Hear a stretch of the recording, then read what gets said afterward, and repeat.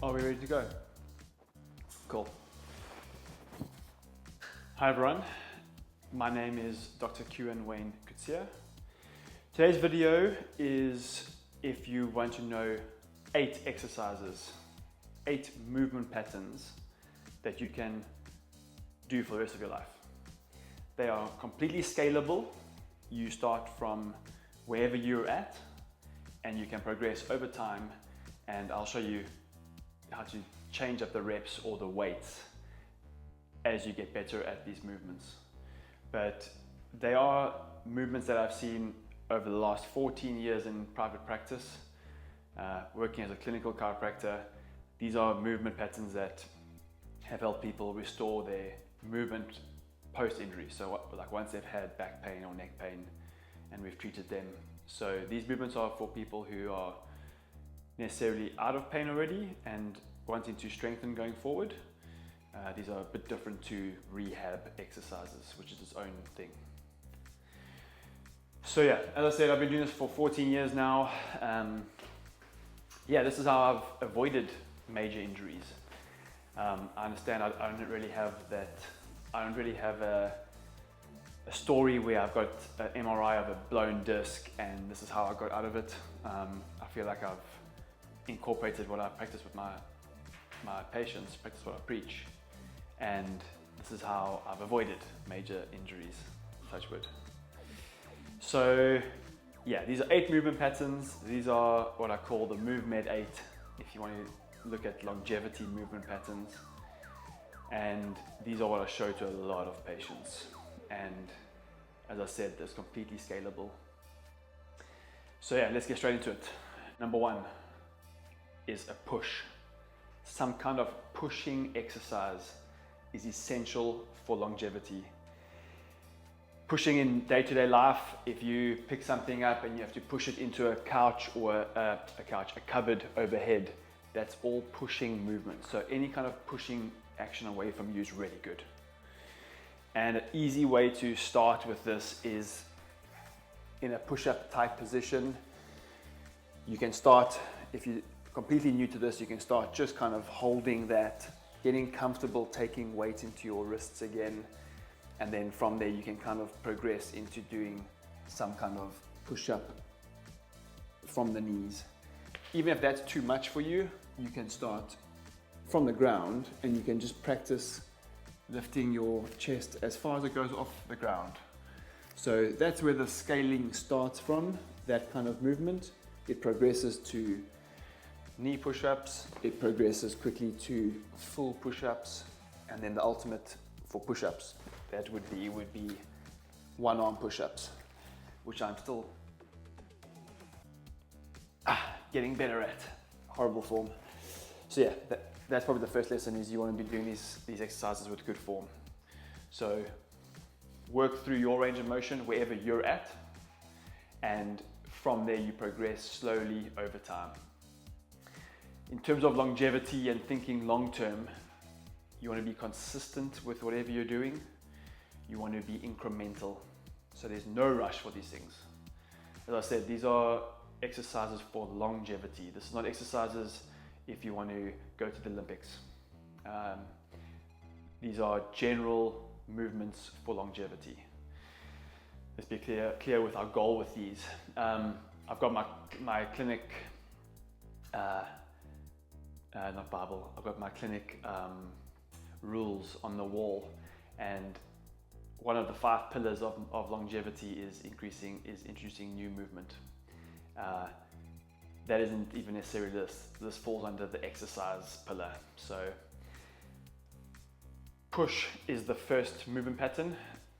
Obviously you can scale the push-up into bench press. You could get resistant bands and you can do all sorts of pushing exercises with bands. So there's many ways of doing this. Yeah, we're trying to keep it simple and do exercises that anyone can do, most likely at home. So the first movement is a push. Second movement is a pull. So again, bands are great to introduce pulling actions, but the most practical way of longevity pulls would be pull-ups. Now, this is again very scalable, you know, being able to get your grip strength strong is the first thing. So you can do where you leave your legs on the ground and just get used to taking some body weight again. And that quickly scales to a full body weight hang. If you're female, the goal is a minute. If you're male, the goal is 2 minutes. And yeah, just getting comfortable hanging is a really cool skill to maintain going into old age. And in terms of, like, even this is just a static pull. Like, essentially you're pulling your shoulders down, trying to prevent them from dislocating. So just a static hang is a pulling movement. And then obviously the scale from here would be pull-ups. And then the scale from there would be weighted pull-ups if you want to strap some weights to you. So yeah, it's a very broad range, but yeah, pull-ups is just a great form of longevity. It took me a long time to get to a 2-minute hang. I thought it was impossible for a long time because I weigh 78 kgs. So the dead hang for me took a long time to get to 2 minutes. But now, hanging for 2 minutes is the staple. If I can't hang for 2 minutes, then I know that my body's not recovered. So it's a nice indicator of where I'm at recovery for that day. But yeah, normally now, I mean, 2.5 minutes is a bit of a norm hang for me. Yeah, my pull-up game is getting there. Anyway, off topic. So pull exercises. Another way of doing a pull would be a bent over row. So obviously get a good base support. You can grab onto something, and it's that pull where you're pulling something towards you. At the gym, great exercises for pulling exercises at the gym is the cable rows where you're pulling the row to you. You could do it seated. There's the pull down machine. The point is we want to be pulling and being able to pull. Number 3 is a lift. So these are the big 3, by the way. Like the next 5 are just bonuses. But if you want to work on just 3 things, those are the 3. The third one is a lift. So again, scalability. You start with being able to get into a nice, deep, comfortable, natural lift, squat. So being able to get down here is the first benchmark. Your knees might only get you there, and that's fine. You work within your range of motion. And you see over time, over months, 6, 12, 18 months, how deep you can get pain-free. And then once you're able to do a full range of motion, then we start adding weight. One way you can take pressure off is if you raise your heels. So if I raise both my heels, it's a lot easier to get into a deep squat if your heels are raised. So you could put something under your heels if you aren't able to get deep for a while. And then we said about adding weights. The key with this is that everyone's got a different shape, hip and pelvis. I've seen probably every pelvis there is in life. And some people might want to do a super open stance, perfectly fine. Some people prefer a bit more narrow, perfectly fine. Find whatever works for your hip orientation. So get yourself comfortable. Mine's just kind of like a neutral one. And once I'm from that, being able to do a full range of motion from there, the scalability is then a weight. So I used to go to the gym and I used to do lots of deadlifts. Deadlift is great. You need quite a bit of equipment for that. Some people prefer the wide power grip. Some people prefer front squat with the bar there, back squat, many options. I like a simple goblet squat. Goblet and a Zercher squat is probably my go-tos, but goblet is quite a nice one. Keep the weight close to your center of gravity. It's a lot less stress on the knees, and you're able to do your squats from there. Yeah, and what's nice is that you can start with as light a weight as possible, and you can just build up slowly over time.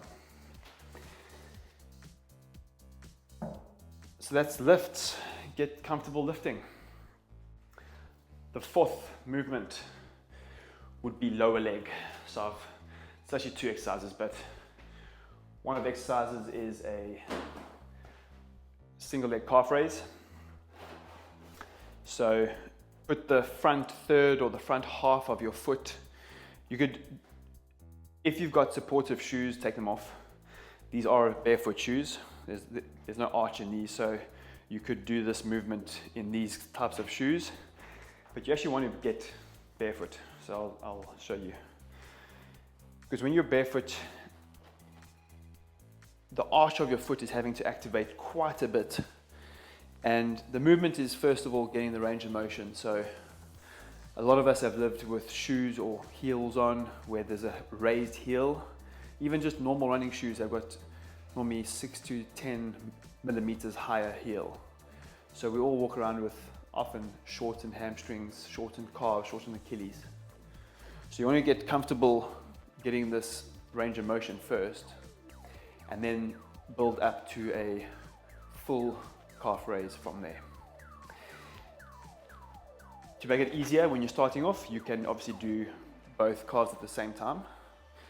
But yeah, I found single leg, the bodies are quite tough. Like, even though you might be in pain, like the body tissue is really strong and resilient. So don't be scared to move into this, you know, really stretch the Achilles out. Yeah, and you'll see over time, when your Achilles gets more mobile, oh man, your flexibility will explode in a good way. So yeah, that's a calf raise movement. And then, while this is a good one, just a little side note is that the calf, your gastrocnemius soleus, is supplied from nerve levels L5, S1, S2. So those are the levels at the bottom of the spine that are most common that we treat in clinic. So if you want to try and avoid back issues in the future, you want to try and get those nerve levels, keep those nerve levels awake and stimulated. The exercise for the front of the shin, you start off with leaning against the wall, push your bum off the wall, and you can start by doing heel raises in front of you. So that's a nice easy way to get the front of the shin activated. Other ways of doing it would be put your foot through a band, and you could obviously have some kind of support, and you could do your ankle raises from there. Arguably the best way of doing it would be some kettlebells. So all you need is a kettlebell, maybe a towel or some foam over your foot. Raise your calf, and then the movement is there. So this is actually quite a heavy kettlebell. It's a 12 kg. But yeah, you can see that front shin muscle is having to load. You can see how, I'm 3-4 reps in and I'm really battling already. It's such a resilient muscle, same as your calf. You can do reps to failure quite easily and safely. And yeah, that's L4, L5, by the way. That muscle there comes from the nerves L4, 5 in your back. So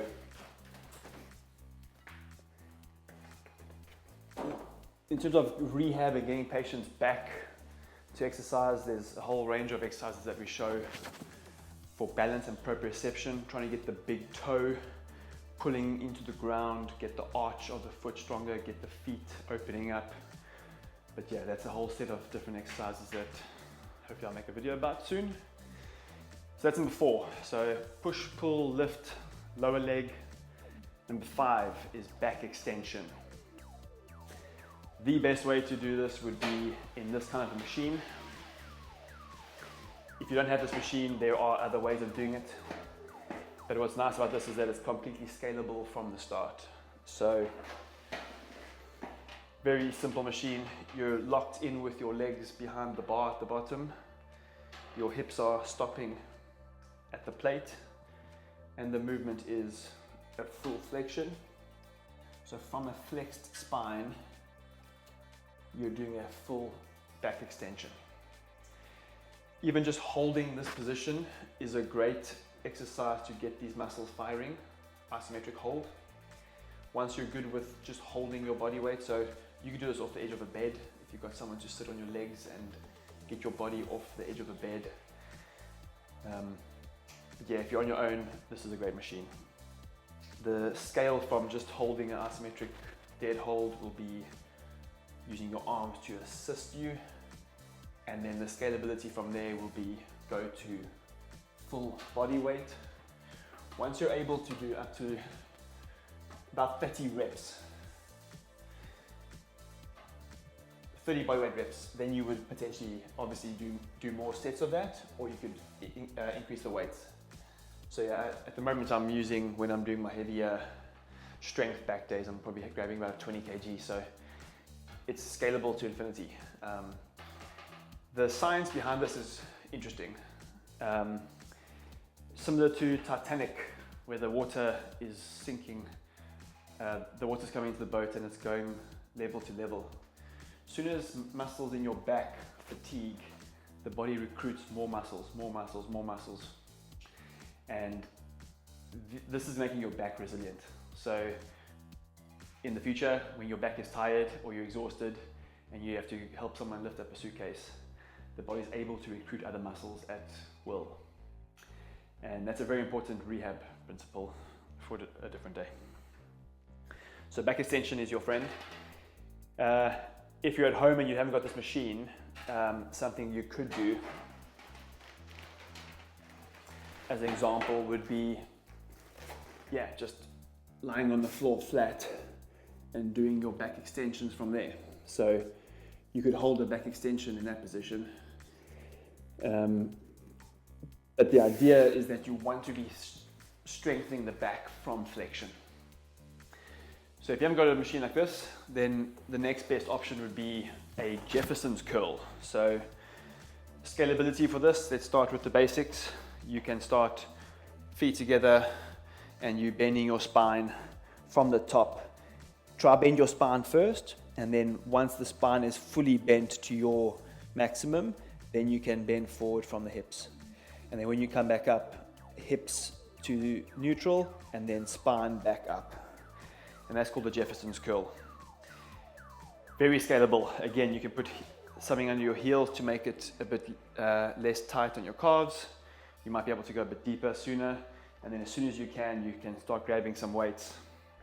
And the scalability, same thing, is starting from the top, arching your back all the way over, and then getting down.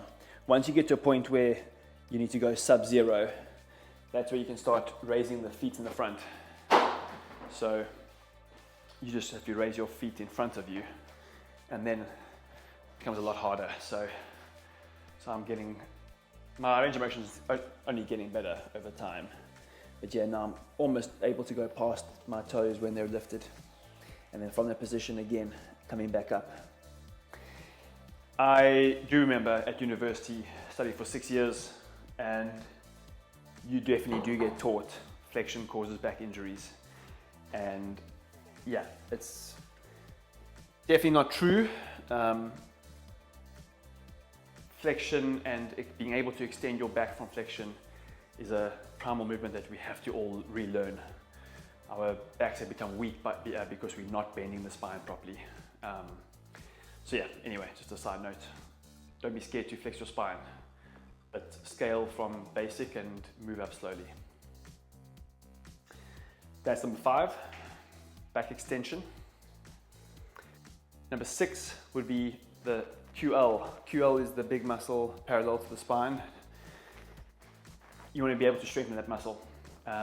Again, best way to do that would be in a machine like this. You start, like I showed you earlier, in the back extension position. You move everything 90 degrees. Legs are still wedged in there. My hips are wedged in here. And the movement is a full lateral flexion. So now it's a massive stretch on the side of my QLs. And then from there, the scalability is, well, you're lifting up from there. There's a hand rest where you can obviously assist yourself. If you haven't got this machine,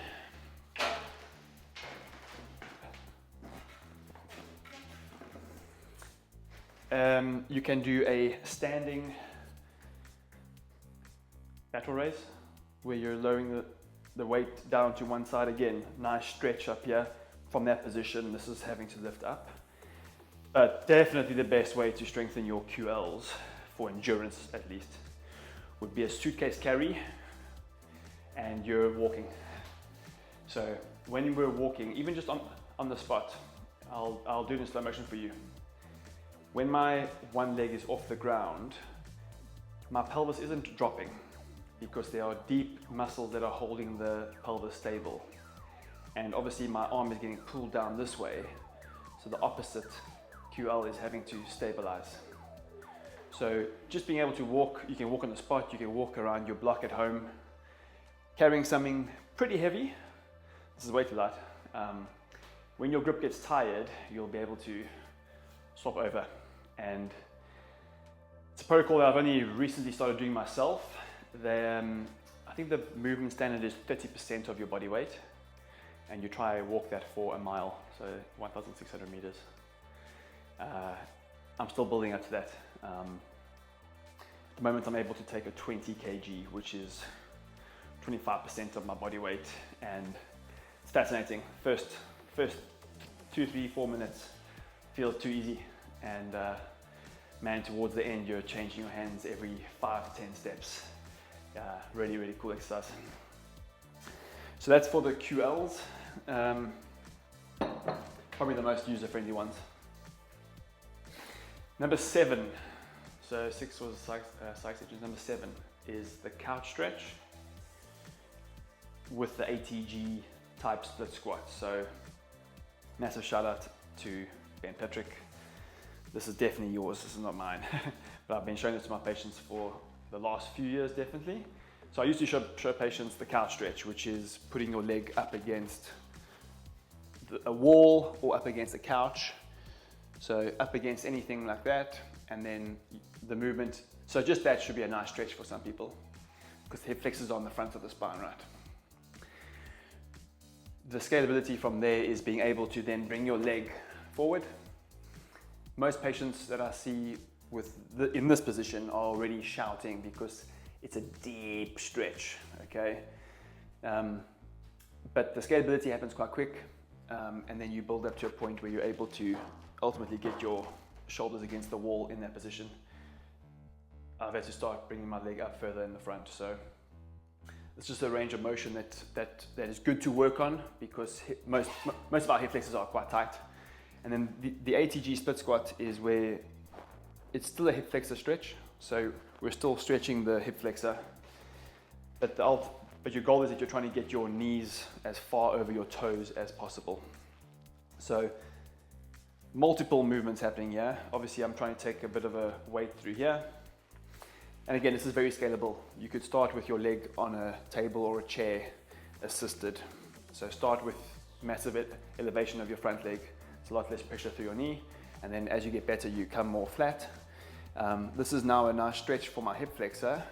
If I want to make this an active movement, I can tuck my toe in and then get my knee off the ground. So now we're getting into a full weighted knee over toe movement. Yeah, this is an active movement, an active stretch for that hip flexor now. Progression from here would be obviously adding some weights. Even just spending some time here practicing your knees over toes movement is strengthening the knee, it's stretching the groin, it's stretching your hip flexor on the opposite leg. Yeah, it's just a great movement pattern to learn.